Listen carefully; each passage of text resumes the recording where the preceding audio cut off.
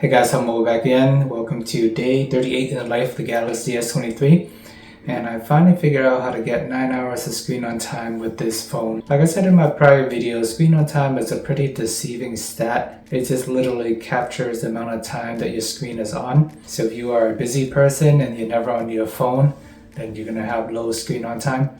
And if you are literally on your phone all day, then you're gonna have higher screen on time. So today I used my phone a little bit different, just for demonstration purposes. I know this is not the ideal way most people do use their phone, but I basically just had Pokemon Go on the whole day just to see what happens. And I began my day just like any other day at 100%, 8:37 a.m. right before work.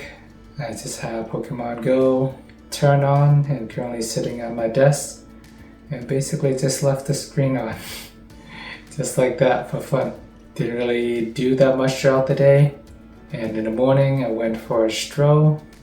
This video is actually captured on a Galaxy A54. Took some photos as I'm going on my walk. And when I got back to my desk, booted up Pokemon Go again. 10 a.m. we are at 88%. And I literally just had the screen on all day while I'm at work. So by the time I got off work and went to dinner at 7 p.m., my phone is at 15%, so pretty much almost dead at this point. And as you can see here, it is a pretty steady decline in terms of battery drainage. Screen on time close to 9 hours. Overall battery life is about 10 hours, and 8.5 hours of this is just Pokemon Go on. So pretty consistent drain throughout. And just for kicks, I had it on dash cam just to drive for 10 minutes or so. And this pretty much killed my battery on day 38. So like I mentioned before, it all depends on your usage style. Screen on time is a pretty deceiving stat. I think the more useful stat is the overall battery life. In general, I get anywhere from 12 to 13 hours of battery life on this phone. And even on this day when I was torture testing the battery life, I still got 10 hours of overall battery, which is pretty impressive given the fact that I left my screen on all day on purpose. And it wasn't on max brightness the whole time either. After a while, the game does dim, so it is a dark screen, but technically the screen is still on. So this is one way you can get 9 hours of screen on time. I know people are always saying they have 7 hours, 8 hours, so there's always different ways around getting that. But in terms of usability and day-to-day basis, I would say 12 to 13 hours is a pretty good overall battery life. That's pretty much what you're going to get this phone with average usage. And screen on times on a normal day, 3 to 4 hours is pretty average as well.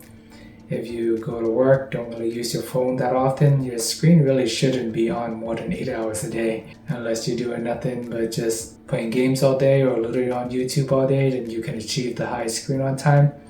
But when you do achieve the super high screen on time, the overall battery does take a hit. So the few days where I was able to achieve 16, 20, 24, 26 hours of battery life, those days I do not use my phone that much.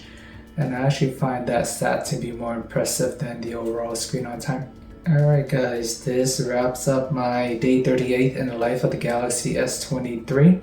Not a whole ton going on, we are winding down. I'm actually editing this video on an airplane. I recorded this video ahead of time so that I can edit it on the airplane.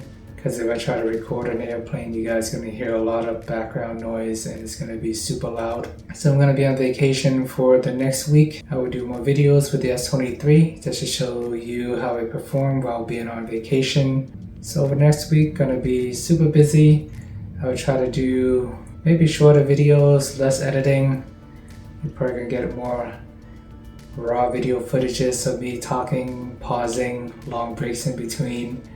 But just gonna wing it. I'll still try to pump out daily videos, but I just wouldn't be editing like an hour a day like I usually do.